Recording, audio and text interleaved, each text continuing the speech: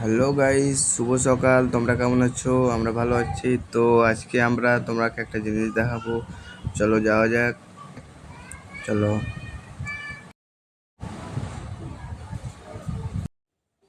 বেশি দূরে না, চলো। তো বাড়ির পাশেই নদীর ধারে সবাই মাছ ধরছে, আমার বাবা তাও ধরছে মাছ।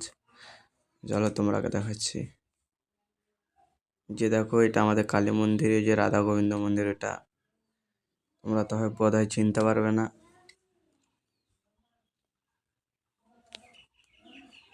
ওই যে দেখো নদীতে মাছ ধরছে। এই যে দেখো মাছের পাইকার, এটা যে না আমরা মাছ দিই। আমরা গ্রামের মানুষ, তো ওই জন্য দেখো আশেপাশে অনেক গাছপালা রয়েছে, অনেক সুন্দর জায়গা। এই যে দেখো মাছগুলো নিয়ে এলো আমাদের দাদু, তো মাছগুলো ঢালবে এখন।